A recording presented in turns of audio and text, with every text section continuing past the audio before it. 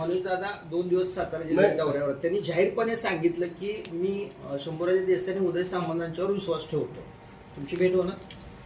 मी नाहीये, म्हणजे मी असतो तर नक्कीच त्याला भेटलो असतो. मी उद्यापासून बाहेरगावी जातोय 2-3 दिवस. पण माननीय मनोज दादांना मी माननीय एकनाथजी शिंदे साहेब मुख्यमंत्री असताना त्यांच्याबरोबर मनोजदादांच्या बरोबर समन्वय ठेवण्याची जबाबदारी उदय सामंतांच्यावरती, माननीय उदय सामंत साहेबांबरोबर माझ्यावरती होती.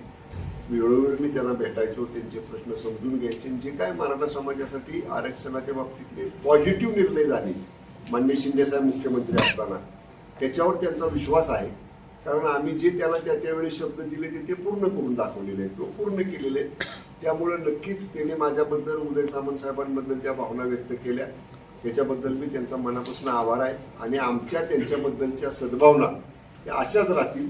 मराठा समाजासाठी जे जे करता येईल, चांगलं करता येईल, आरक्षण मिळण्याच्या दृष्टीनं करता येईल, कुणबी दाखले मिळण्याच्या दृष्टीनं करता येईल, ते माननीय शिंदे साहेबांच्या, फडणवीस साहेबांच्या नेतृत्वाखाली आम्ही करू. आज बॅनर फाडण्याचे प्रकार झालाय. मला आता उपविभागीय पोलीस अधिकाऱ्यांनी ते सांगितलं, कारण त्या तेवढ्यासाठीच लवकर गेल्या. मी त्यांना ही देखील सूचना केलेली की जरूर जवळची सीसीटीव्ही फुटेज तपासा, काही बाकीची इनपुट मिळतात का बघा. ज्यांनी कुणी अशा पद्धतीनं बॅनर फाडायचं काम केलं असेल त्याच्यावर कठोर कारवाई करा, असं मी DYSPनं सांगितलेलं आहे. बरं, जरांगे पाटील साहेबांचा आज दौरा आहे. नाही, ते मराठा आरक्षणासंदर्भात ते ज्या पद्धतीने निघालेत आणि सरकार ज्या पद्धतीने त्यांच्या मागण्या मान्य करते किंवा तुम्ही समन्वय समितीचा, तर त्यावरती हाकेंनी असे म्हटले की सरकार झुकायला लागलेलं आहे जरांगे. बरं का, आमचं पहिलं वाक्य आहे, लक्ष्मण हाके प्राध्यापकांनी सुद्धा समजून घ्यावं, कुणाच्या दुसऱ्याच्या ताटातलं काढून आम्हाला मराठा समाजाच्या ताटात वाढायचं नाही.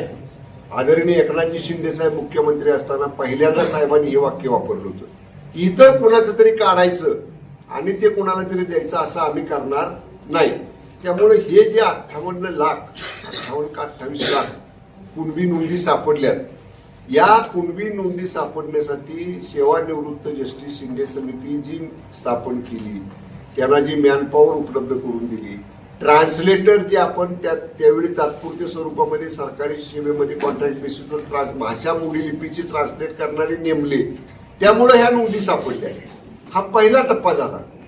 त्याच्यामध्ये आता नोंदी सापडल्यानंतर त्याची वंशावळ, म्हणजे मुलगा, वडील, आजोबा, पंजोबा, खापर पंजोबा, ही वंशावळ लागल्यानंतर तुम्ही त्याला व्हेरिफिकेशन देता ना.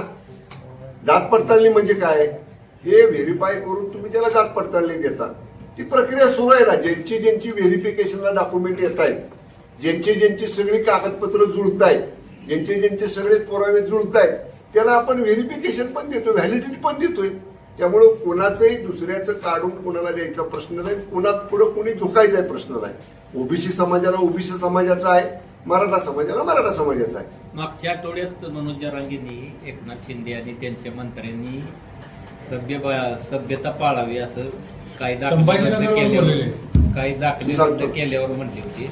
तर त्या पार्श्वभूमीवर या संदर्भामध्ये मान्य मनोज दादांचा आमच्या काही सहकाऱ्यांच्या बद्दल गैरसमज झाला होता की ते काही आमचे सहकारी मंत्रिमंडळामधले जाणीवपूर्वक अशा पद्धतीनं काहीतरी वागतात किंवा वक्तव्य करतात.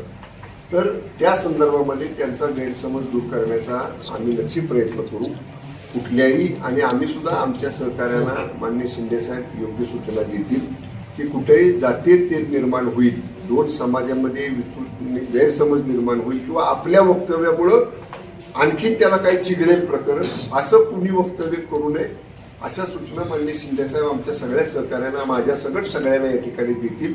त्यामुळे माननीय मनोज दादांचा जो काही गैरसमज झाला असेल तो भेटून किंवा त्यांच्याशी चर्चा. शिवसेनेचा निकाल या संदर्भात आज सिब्बलनी युक्तिवाद केला, त्यानंतर राऊत म्हणतायत की आमचा आत्मविश्वास वाढला, निकाल आमच्या बाजूला लागेल. तुम्हाला काय वाटतं? राऊत कधी बोललेलं खरं झालंय का आजपर्यंत? माझा तुम्हाला प्रश्न आहे. मागची एक 50 स्टेटमेंट काढा, तुमच्या चॅनेलचीच काढा, राऊत बोललेले ते खरं झालंय का दाखवा मला. पण नाही होतो त्यांचं खरं कधी.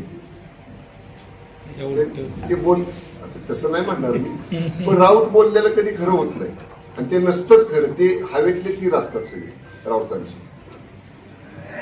आणि कपिल सिब्बल साहेबांचा युक्तिवाद हा युक्तिवाद आहे, कोर्टापुढचा आर्ग्युमेंट आहे. अजून त्याच्यावर अदर साईड टू सी, समोरच्या बाजूचा आर्ग्युमेंट व्हायचंय, मग त्याच्यावर मान्य न्यायालयाचा त्याच्यावरती निकाल यायचा. त्यामुळे अजून ट्रेलर सुद्धा नाही, हे म्हणजे टायटल सुद्धा नाही पडलेली पिक्चरची. अजून बराच त्याच्यात इंटरव्हल व्हायचा आहे, पिक्चर चालायचा आहे, मग त्याचा शेवट काय व्हायचं ते कळायचं. 2 दिवसापूर्वी एकनाथ शिंदे संपूया? साहेबांनी पंतप्रधानांची भेट घेतली आहे. नाही, खासदार साहेबांना आमचे जे खासदार 6 नव्याने सामील झालेले आहेत त्यांच्याबरोबर आदरणीय शिंदे साहेब माननीय पंतप्रधान साहेबांना भेटले. आणि जेव्हा जेव्हा साहेब दिल्लीला जातात शिंदे साहेब, तेव्हा तेव्हा ती वेळ म्हणजे जेव्हा त्यांना वेळ दिली जाते पंतप्रधान मोदयांकडनं भेटायची, तेव्हा ते भेटत असतात राज्याच्या प्रश्नासाठी. एनडीए मधले आम्ही प्रमुख घटक आहोत शिवसेना, आणि एनडीएच्या प्रमुख घटकाला, त्या प्रमुख घटकाच्या प्रमुख नेत्याला अधिवेशन काळात भेटणं एक शिष्टाचाराचा भाग आहे, प्रोटोकॉल आहे. ओके, 6 आमदारांनंतर आता कुणाला 6 खासदार खासदारांनंतर परत आता हे चालू राहणार आहे, थांबत नसतं.